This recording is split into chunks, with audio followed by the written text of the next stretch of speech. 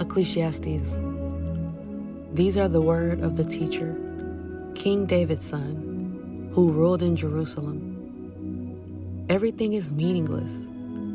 Everything is meaningless, says the teacher. Completely meaningless.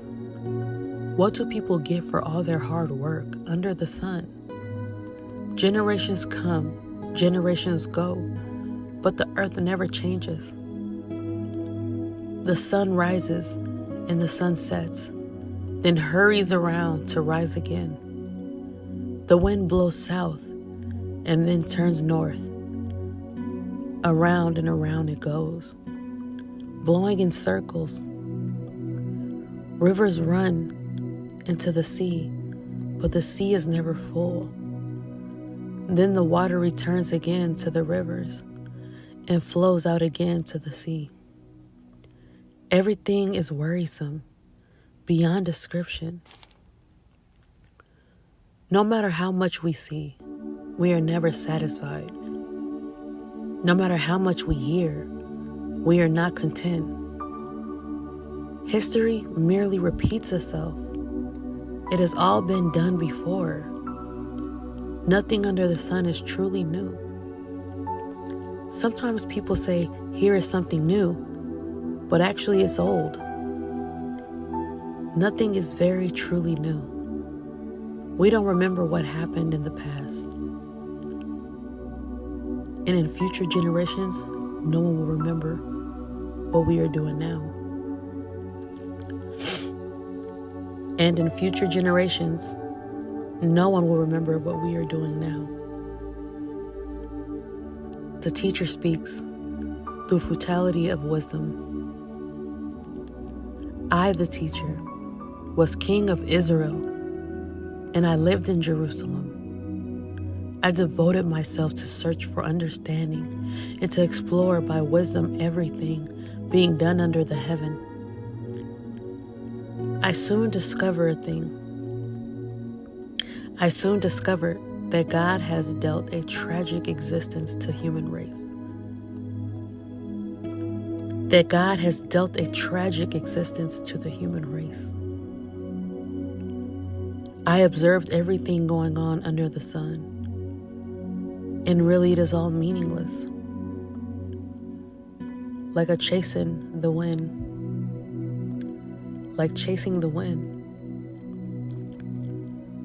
What is wrong? What is wrong cannot be made right. What is missing cannot be recovered. I said to myself, look, I am wiser than any of the kings who ruled in Jerusalem before me. I have greater wisdom and knowledge than any of them. So I set out to learn everything, from wisdom to madness and folly. But I learned firsthand that pursuing all this is like chasing the wind. The greater my wisdom, the greater my grief. To increase knowledge only increases sorrow. Chapter 2. The Futility of Pleasure. I said to myself, come on, let's try pleasure.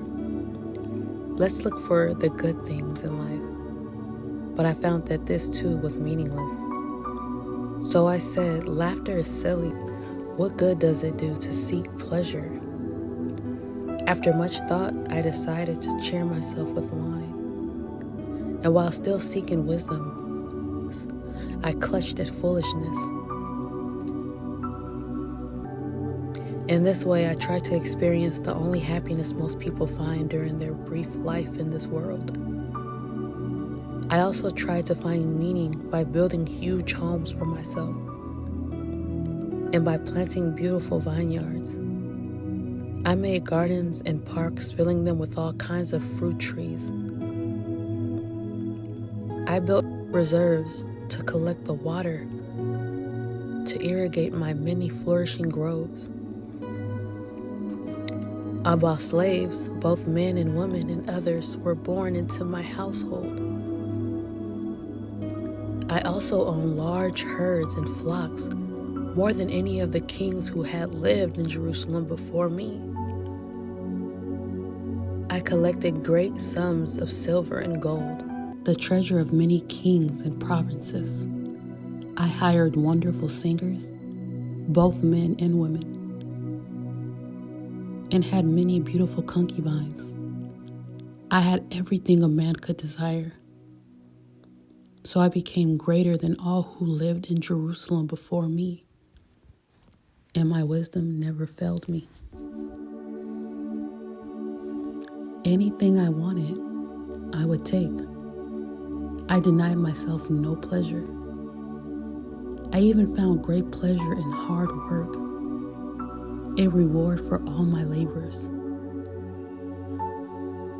But as I looked at everything I had worked so hard to accomplish, it was all so meaningless, like chasing the wind.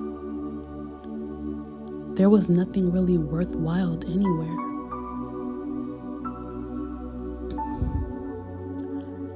So I decided to compare wisdom with foolishness and madness, for who can do this better than I, the king?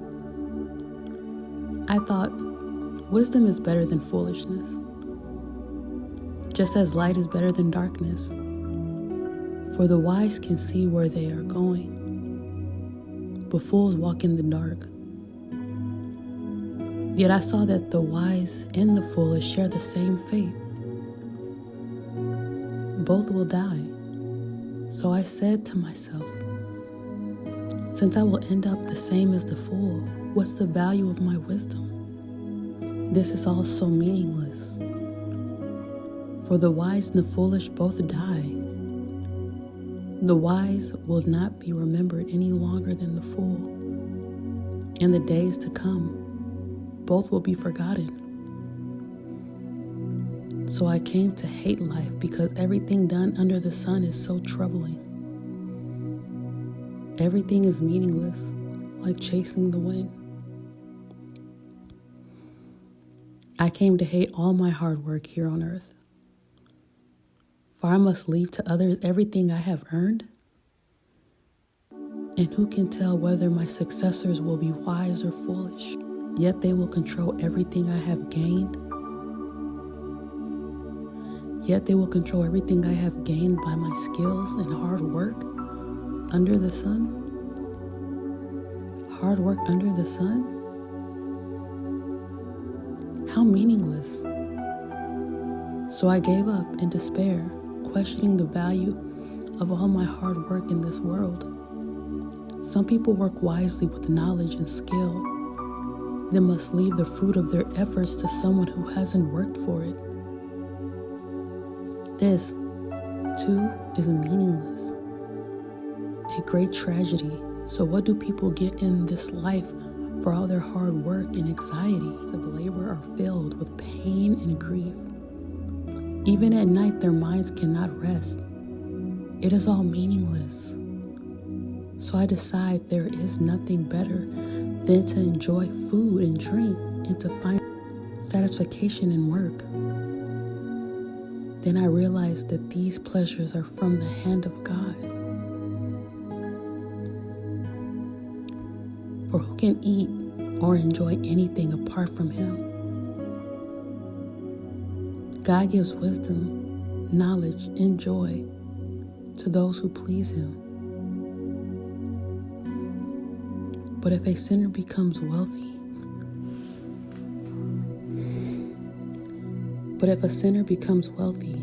God takes the wealth away and gives it to those who please Him.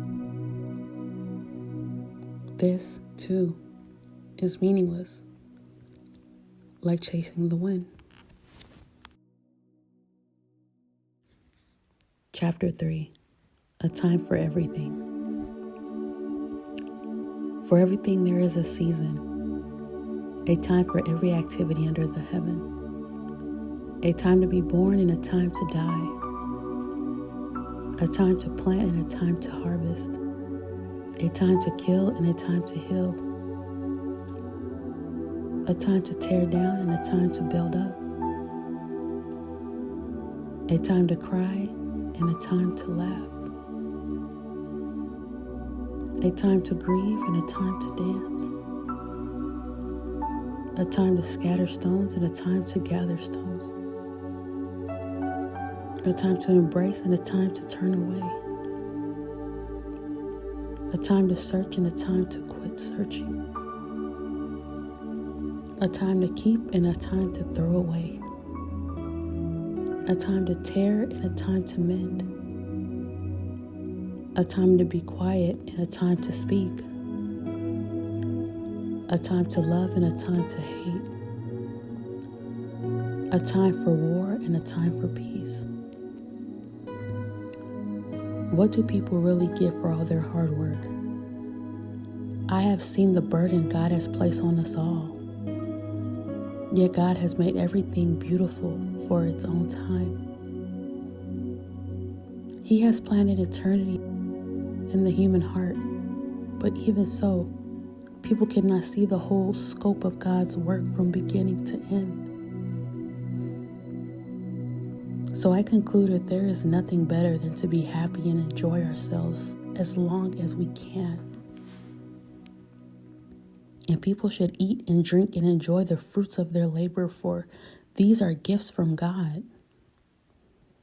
And I know that whatever God does is final. Nothing can be added to it or taken from it. God's purpose is that people should fear Him.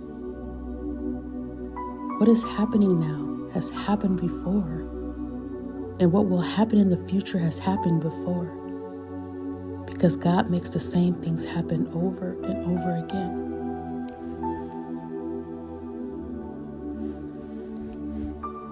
I also noticed that under the sun, there is evil in the courtroom. Yes, even the courts of the law are corrupt. I said to myself, in due season, God will judge everyone, both good and bad, for all their deeds. I also thought about the human condition, how God proves to people that they are like animals. For people and animals share the same fate. Both breathe and both must die. So people have no real advantage over the animals. How meaningless. Both go to the same place. Both go to the same place they come from. Both go to the same place. They come from dust and they return to dust. For who can prove that the human spirit goes up and the spirit of animals go down into the earth? So I saw that there is nothing better for people than to be happy in their work. That is our lot in life. And no one can bring us back to see what happens after we die. Chapter 4. Again, I observe all the oppression that takes place under the sun. I saw the tears of the oppressed, with no one to comfort them. The oppressors have great power, and their victims are helpless. So I concluded that the dead are better off than the living. But most fortunate of all are those who are not yet born, for they have not seen all the evil that is done under the sun. Then I observed that most people are motivated to success because they envy their neighbors. But this too is meaningless, like chasing the wind. Fools fold their idle hands, leading them to ruin. And yet, better to have one handful with quietness than two handfuls with hard work and chasing the wind. I observe yet another example of something meaningless under the sun. This is the case of a man who is all alone, without a child or a brother, yet who works hard to gain as much wealth as he can. But then he asks himself, who am I working for? Why am I giving up so much pleasure now? It is all so meaningless and depressing. Two people are better off than one, for they can help each other succeed. If one person falls, the other can reach out and help. But someone who falls alone is in real trouble. Likewise, two people lying close together can keep each other warm. But how can one be warm alone? A person standing alone can be attacked and defeated. But two can stand back to back and conquer.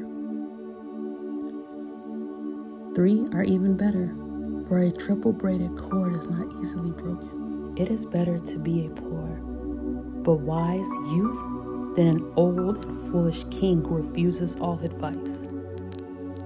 Such a youth could rise from poverty and succeed. He might even become king, though he has been in prison. But then everyone rushes to the side of yet another youth who replaces him. Endless crowds stand around him. But then another generation grows up and rejects him, too. So it is all meaningless, like chasing the wind. Chapter 5. Approaching God with care. As you enter the house of God, keep your ears open and your mouth shut. It is evil to make mindless offerings to God. Don't make rash promises.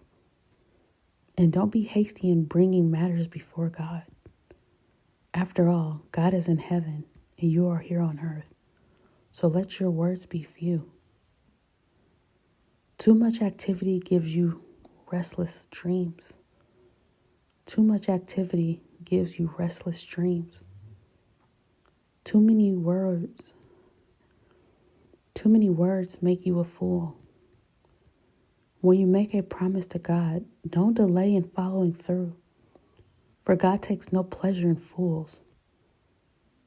Keep all the promises you make to Him.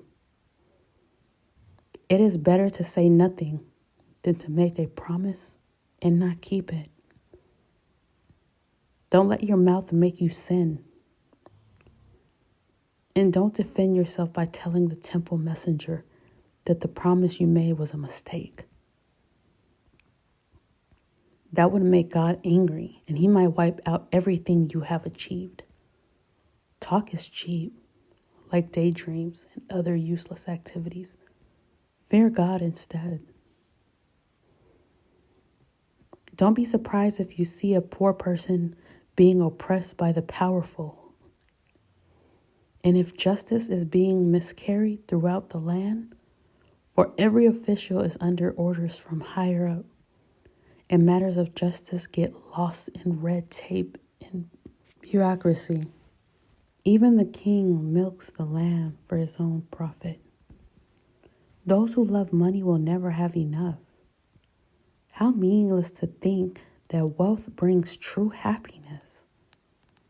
The more you have, the more people come to help you spend it. So what good is wealth? Except perhaps to watch it slip through your fingers. People who work hard sleep well, whether they eat little or much. But the rich seldom get a good night's sleep. There is another serious problem I have under the sun. Hoarding riches harms the saver. Money is put into risky investments that turn sour, and everything is lost. In the end, there is nothing left to pass on to one's children. We all come to the end of our lives as naked and empty-handed. As one,